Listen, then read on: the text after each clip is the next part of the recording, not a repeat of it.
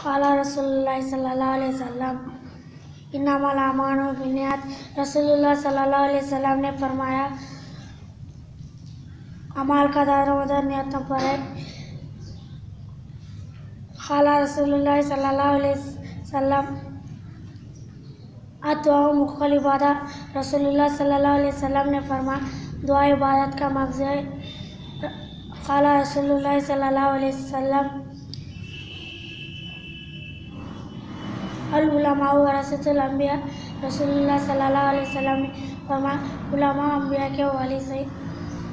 क़ाला रसूलुल्लाह सल्लल्लाहु अलैहि वसल्लम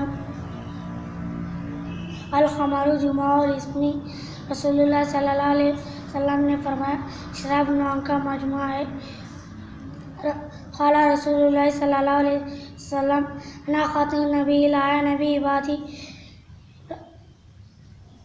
रसूलुल्लाह सल्लल्लाहु अलैहि वसल्लम ने फरमाया,